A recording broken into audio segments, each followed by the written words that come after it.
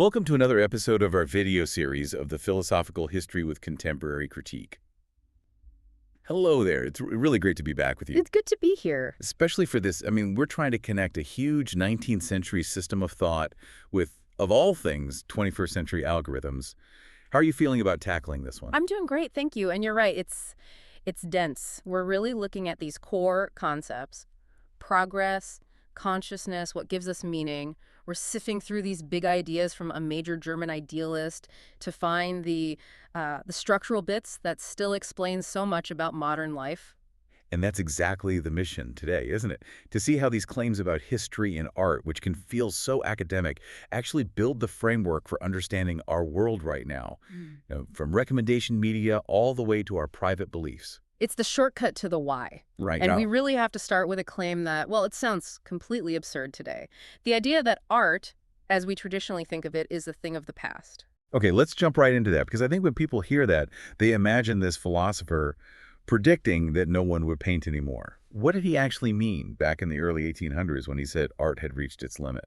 It's a really crucial distinction. He wasn't saying art would cease to exist. He was saying it could no longer satisfy humanity's highest needs. The big spiritual, intellectual questions. Okay. For him, art's main connection to us is through the five senses. It's about sensuousness. And the problem was that human consciousness, as it progressed through history, had just moved beyond that. It had surpassed that limitation. So we just got too intellectual, too rational to get that kind of ultimate spiritual kick from just a statue or a simple song. Exactly. Consciousness shifted from finding truth embodied in a physical thing, which is what great art does perfectly, to looking for truth in, well, pure thought. The moment you need a long essay or a deep historical lesson just to get what a painting is about, art is already starting to fail at its most basic sensuous job. That makes so much sense, and it really explains the path art has taken since then. If it can't be that central pillar anymore, it has to split. Precisely. It either goes down the route of becoming very accessible, simple, popular entertainment, for that immediate emotional hit, or it climbs way up into being overly intellectual. The specialized art film or the conceptual piece? Yes. It becomes a kind of philosophical argument itself, which actually just proves the original point. Our need for understanding has left the purely physical and moved into the mind. So if art is no longer the main place we go for that sense of transcendence or meaning, what took its place? What stepped into that void? According to this framework, two big things stepped in. First, you have philosophy that represents the world of the mind, where we wrestle with pure concepts. Okay. And second, you have religion, which represents the reality of the inner dimension. That's about the direct, subjective feeling or experience of the absolute. Those became the new ways to the top of the mountain, so to speak. I want to stick with art for just one more second. With the example of Greek sculpture, the sources always point to it as the historically, quote, most appropriate form of art. Why that specifically? Because it was a moment of perfect balance. The ancient Greeks' idea of the divine, their gods, was perfectly captured by the ideal human form. The spirit and the marble were one and the same. There was no gap. But once history moves on, once our whole spiritual worldview changes, you can't get that back. You can't replicate that perfect fusion. So a postmodern artist today could 3D print a perfect copy of Greek statue, but they can't access the historical mindset, the spiritual world that gave it its original power. It's just an echo. It's an echo, exactly. The context is gone. And that leads to the bigger idea here. Once that basic historical framework is set, the structure of consciousness, future events don't really change the fundamentals. We're still playing on a field whose rules were largely set centuries ago. And that idea of a fixed framework brings us straight to the question of belief, one of those inner dimensions. We see people constantly trying to rationally prove or disprove the existence of God. From a philosophical standpoint, why is that whole exercise usually a dead end? It's a dead end because you're using the wrong tools for the job. Yeah. You're trying to apply empirical scientific proof to something that, by its very nature, isn't observable. Right. You simply can't prove a negative. You can't prove the absence of something. The classic thought experiment here is Russell's orbiting teapot. The celestial teapot, of course. If I claim there's a tiny China teapot orbiting the sun out past Saturn, you can't prove me wrong. Because you'd have to search all of infinite space to be sure. Exactly. And if you looked and didn't find it, I could just say, well, your telescope isn't good enough, or you looked in the wrong spot. The burden of proof becomes impossible. And it's the same for metaphysical claims. So true faith, within this way of thinking, can't be based on looking through a telescope.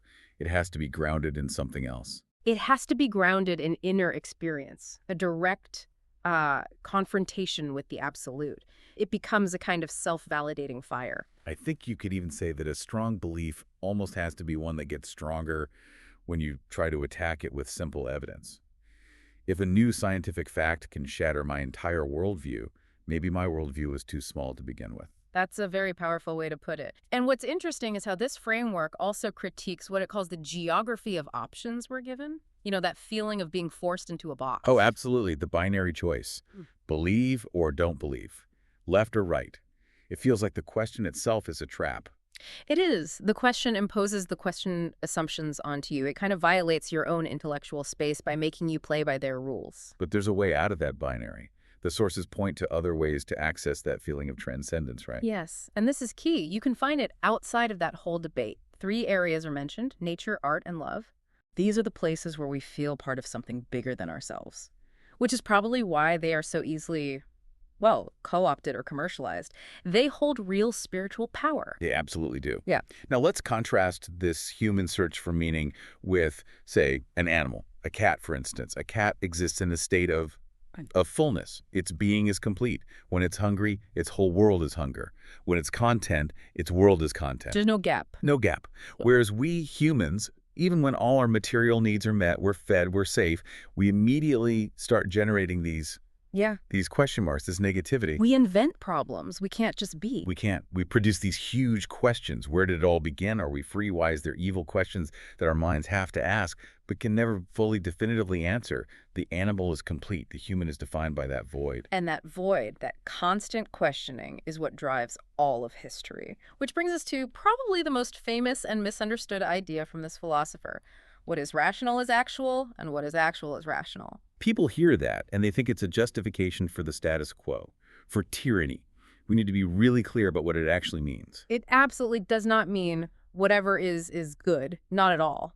It means that even the most seemingly insane, large-scale human events, wars, mass movements, even something like consumerism, they all contain a hidden underlying rationality when you see them as part of the whole historical process. So something like the Crusades. On the surface, it looks like pure fanaticism, but underneath you can see it as history's attempt to solve real problems of that era: wealth, power, social conflict. Exactly. Every single thing humanity produces, even the atrocities, is part of this grand story of consciousness trying to understand itself. Nothing is truly random. It's all a necessary step in humanity figuring out who and what it is. Okay, but this is where we have to clarify something critical: the difference between a dialectical view of history and a teleological one. People mix these up all the time. They do. A teleological view is like a movie script. History is marching towards a predetermined ending. Scene A leads to B, leads to C, and the finale is already written. But a dialectic is not like that at all. Not at all. It's messy, it's not mathematical, and it's completely dependent on context. You can't just say A plus B equals C. Because the historical parts can't just be pulled out of their context. Right? You can't. You can't take an event from the 15th century and treat it like it's the same as a similar-looking event today. The context changes what it is. I mean, think about a person. To understand the adult, you have to see how they are both still the child they were and also not that child at all. It's the A and the anti-A existing at the same time. Yes, that contradiction is what makes it real. And this is the most important part. Because it's not a simple formula, this philosophy gives you zero ability to predict the future. Everything only becomes clear in retrospect. You can look back and say, oh, of course that's what happened, but you can never know what's next. You can't run an algorithm on it. Which is a perfect transition to our current moment, because we are defined by these totally unpredictable tech revolutions. We are. It's been this rapid-fire acceleration. The internet revealed what the computer was really for, social media revealed what the internet was for, and the mobile phone revealed what social media was for. None of those steps were obvious beforehand. And now, since about 2015, we've had another huge shift: recommendation media. This is different from classic social media. Very different. Classic social media was about your network, your friends, what they shared. But recommendation media is something else. It is driven by AI, and it changes the whole game. It's not modeling your friends, it's modeling you. It serves you content based on a prediction of what it thinks you'll watch, often from total strangers. It's a brand new thing, a new historical product solving a new problem. Let's connect this idea of narrative to what's happening. I mean, Aristotle, in his Poetics, said a good story has to be a closed loop. Everything inside it must have a function.